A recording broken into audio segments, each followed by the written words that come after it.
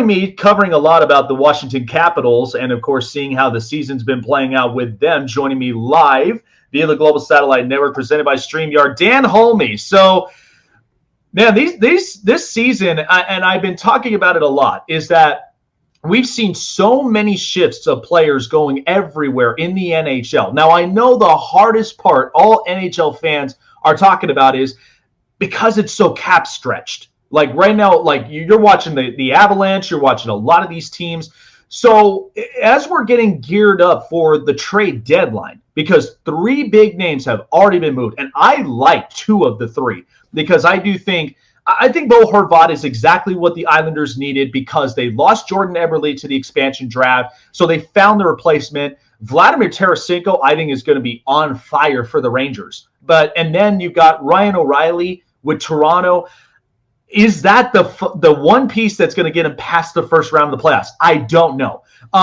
So from your perspective, seeing this, is there something that the Washington Capitals, because we know they've been in the playoffs for a long time, is there something they're kind of catching their eyes on before they get into the trade deadline? Well, listen, first of all, thanks for having me on your show here. But I ultimately believe, and this last season was this last week, rather, a good litmus test for this team to ultimately see what they had in the tank. Mm-hmm. It's my belief that they are going to be sellers at the trade deadline. Mm-hmm. This team has just struggled here as of late, and you're getting almost too late into the season to make a push at it. If we take a look at the Metro division here alone, the Capitals sit in 6th place with 62 points. The Hurricanes with 82. So, unless the Islanders or the Pens go on a losing streak and the Caps catch fire, it's my belief that the Caps will ultimately be sellers this trade deadline. This is the first year in quite some time that they've missed the playoffs. So I do think that you are going to see some bigger changes in the offseason. I don't think you're going to see a tear it down to the studs rebuilt. There's been certain promises that were made to Alex Ovechkin that he would be on a competitive team until he retires. So I don't see any huge moves. If you want to take a look here recently, they re-signed Sonny Milano and Dylan Strome. Mm-hmm. Earlier in the season, they also signed Nicholas Aube-Kubel.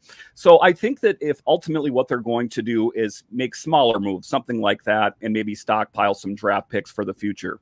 Yeah, and I could tell you, I mean, looking at a lot of these youngsters, because I think that's what Washington's been trending towards. They were trying to get, younger in some positions. I also do think it's really good, too, for certain teams to add depth, because you just don't know who else is going to be hitting the market once the off season comes around the corner. And so that's where Washington, and they're in a position to where they're outside looking in between the Islanders and the Pittsburgh Penguins. So it is kind of tough. And I mean, I can kind of see where Washington, that's a little bit of like, all right, being sellers, you're wanting to keep it to where Ovechkin, he's getting his promise to where it's still being a competitive team, but you're also trying to get a guaranteed deal to where, do we get, draft compensation? Do we get maybe some, money in the cap and maybe somewhere where we can spend it in the offseason, get a real good name? So looking at that, because I know I've always said this, I think Washington and Pittsburgh, they almost kind of have a little mirror reflect because they both have superstars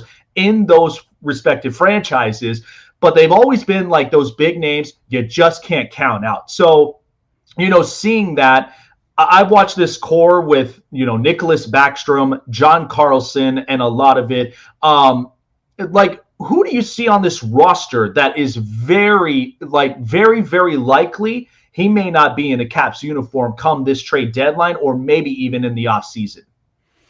Are you talking about someone that's probably going to get moved on from? Yeah. Yeah, so I ultimately think that it's going to be Lars Eller. This is the last season of his contract. Mm-hmm. And ultimately, I think the Capitals have in Hershey, their AHL affiliate, the needed depth that they want to go. Mm-hmm. Connor McMichael, for example, has been looking for his opportunity. Another player that has not really lived up to his potential is Anthony Mantha. They got in that trade a couple years ago with Jake Vrana. Ultimately a very hot and cold player. And, Caps Nation, a lot of them want to move on from him just because he's an inconsistent goal scorer. The problem is that he has 1 year left on his deal. But so maybe if they could bundle him together with like an Eller just to kind of ship him off just to get his contract off the books. The biggest changes I think you will see on the Capitals is on the blue line. John Carlson is the only Caps blue liner under contract after this season. So some interesting questions there. There's been contract talks with Dmitry Orlov, but ultimately they're kind of stuck a little bit on a term and how long he's going to be on this team. But I think you're going to see big changes on the blue line in particular. We can't bring it all back here. So big changes are afoot. It's just maybe not the changes that everyone's looking for, especially when you see Tarasenko and Besser and Bo Horvat and all these other names, Timo Meyer and all these names. I don't think that ultimately any of those are going to come to the Capitals, and a couple of those have already been spoken for.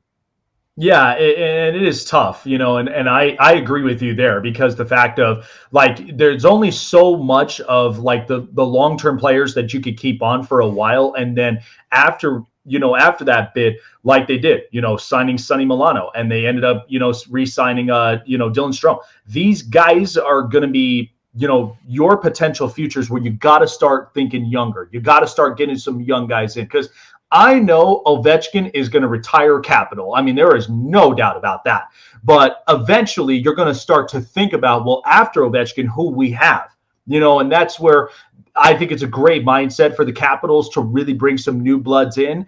I'd be curious to kind of seeing your opinion, because I know I watched this team. They've gone through goaltenders. I mean, they went through Braden Holtby, which they won the cup that year. And then they had mixtures of other goaltenders. What have you been seeing from the goaltending this year with Washington? And are there some rooms for improvement in that position? Well, listen, they went out and they solidified that position. As we know, last year, Ilya Samsonov and Vitek Vanacek were inconsistent. That's a safe way to summarize their play. So what Brian McClellan did is he went out and signed the biggest free agent name on the market, Darcy Kemper, Stanley Cup winner Darcy Kemper. And then he wasn't done there. Some people said, well, they'll give a qualifying offer to Samsonov because he was drafted rather high. No, Brian McClellan cut bait with all of them, sent them out. He signed Charlie Lindgren, who didn't have a tremendous amount of NHL experience, a brief stint with the Blues, and then he was also with their AHL affiliate, but he has come here and killed it as well. He ultimately saved the Cap season, or at that moment, the Cap season, when Darcy Kemper was out in the month of December. Charlie Lindgren came in as your backup netminder and really saved the Caps butt in a lot of ways. So the Caps are in a great position netminding wise. And oftentimes people say, well, the Caps are losing because of the netminding.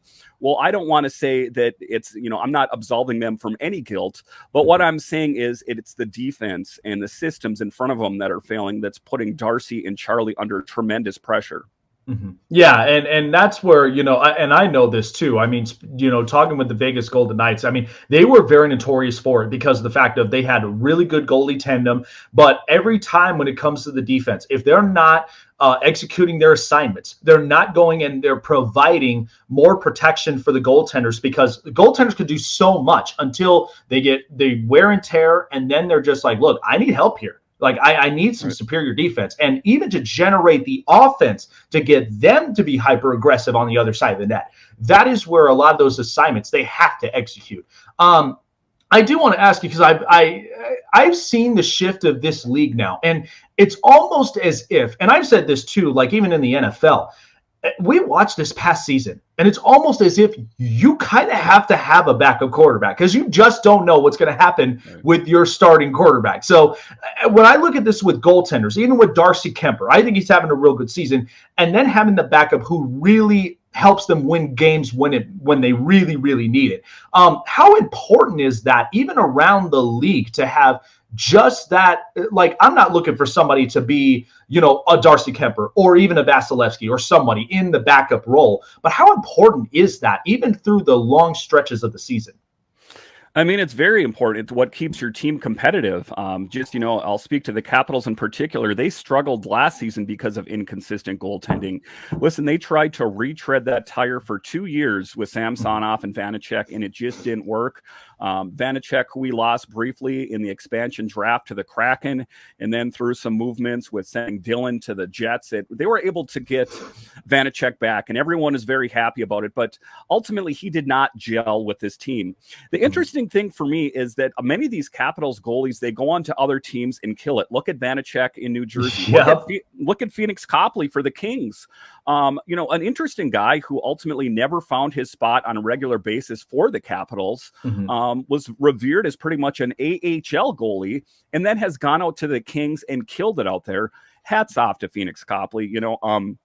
A guy that struggled with his team for years to find a spot. And like you spoke of, it was Braden Holtby. And there was always just, the Capitals always have such a depth at the goalie position that it was hard for him to find a spot on there. But to your point, I mean, just take a look at what Copley's doing with the Kings out there. I don't think that it was ultimately ever in the script for him to take on such a load playing with the Kings there. But, based on injury and inconsistent play, that's why you see him thrust into action. Being that you are a Vegas-based show here, I do believe, the Golden Knights, they've struggled, previous seasons with different goalies, Marc-Andre Fleury, who's showed flashes of greatness. But to your point, yeah, goalies are integral to a team, of course, but they're only as good as the defenseman in front of them. You can have the greatest goalie in the world, and if the defense is poor, they're going to suffer. One other point for the Capitals, Braden Holtby, one heck of a goalie. Between him and Grubauer, they won the Stanley Cup for the Capitals. Holtby went out to Vancouver. Guess what? Played horribly because there was a horrible defense in front of him. Subsequently, then he went to Dallas and killed it. So, a goalie is only as good as the defense in front of him, but it can be a game changer. And I think for a lot of teams that are kind of on the cusp of making the playoffs this season, see big movement with goaltenders as we head towards March 3rd. Yeah, you're absolutely correct about that, because I have always preached that about it, because if you're not there with a solid defense up in front of you, that is where it becomes a complete momentum change. And you're just now at that point where you're in your own head. You can't even make the big stops that a lot of your teammates, even the franchise, is expecting you to. But you still got to, everybody's human. Everybody makes mistakes, but you've got to be able to correct those mistakes for the right reason. So I've always said this, and man, I always love it this time of year when the NHL playoffs come around the corner. But I've always stated this, is that January, February, and March, you've got to be willing to find that identity and establish it. I think there's a bunch of teams, I could give you an example. Dallas Stars, they're defensive minded. That's their identity. They look really good defensively, but Jason Robertson's making a tear right now with the Stars.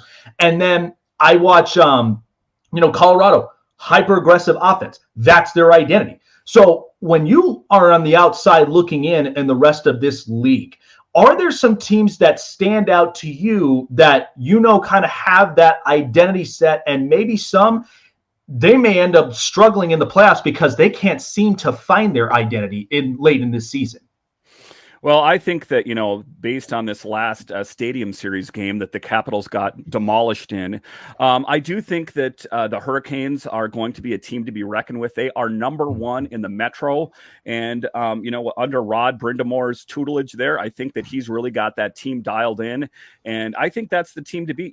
I know that there's teams in the Metro that are trying to make a push. You see the moves that the Rangers are making, primarily Tarasenko. You look at the Islanders that were underneath the Capitals. They pick up Bo Horvat, and look at what that's done to them. That's even bumped them on top of the Capitals. So, some of these teams that are on the fringe, it's going to be these small moves here and there that's going to bolster them to the top. But for me, speaking to the Metro in particular, if you want to even widen the lens a little bit, take a look at Boston.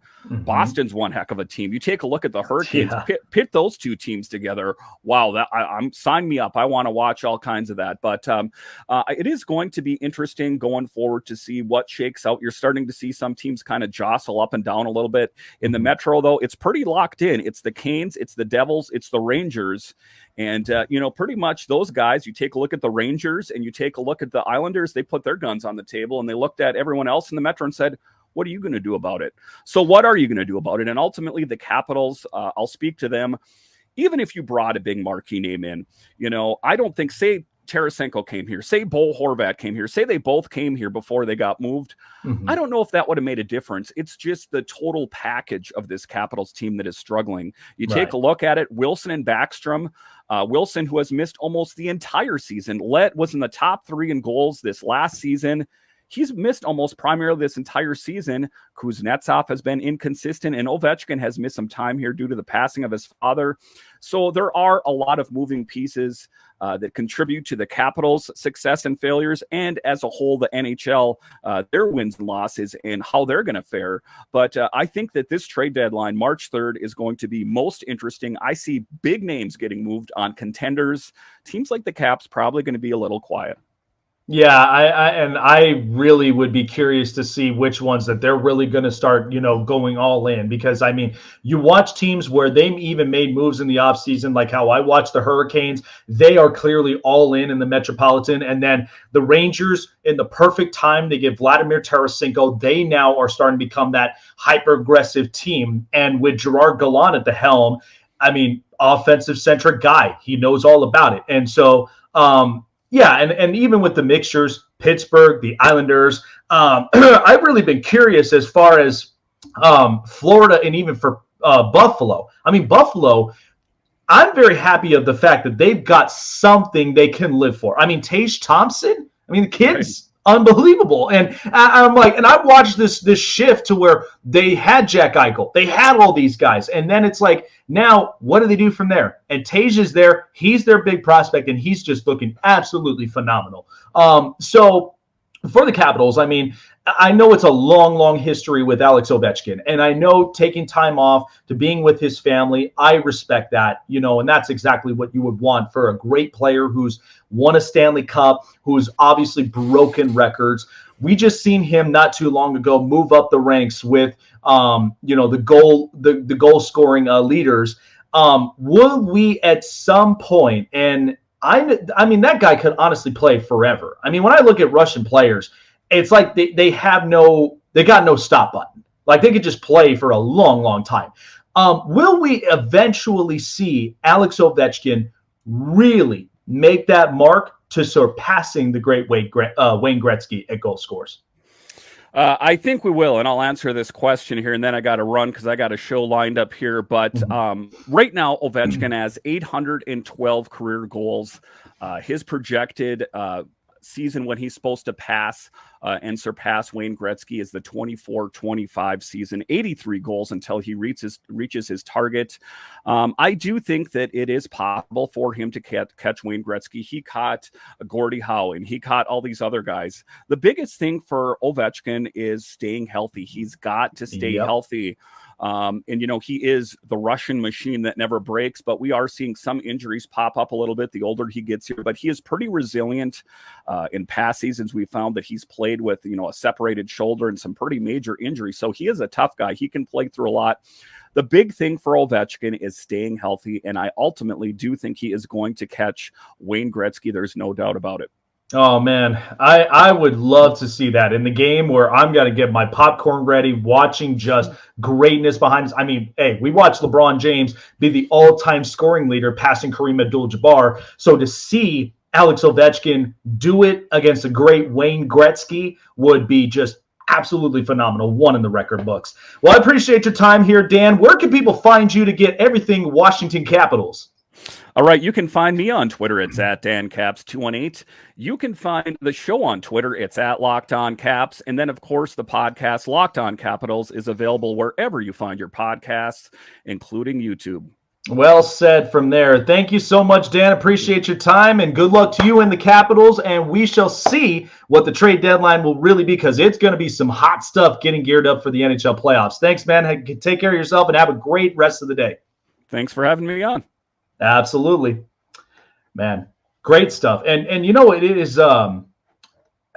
is really, really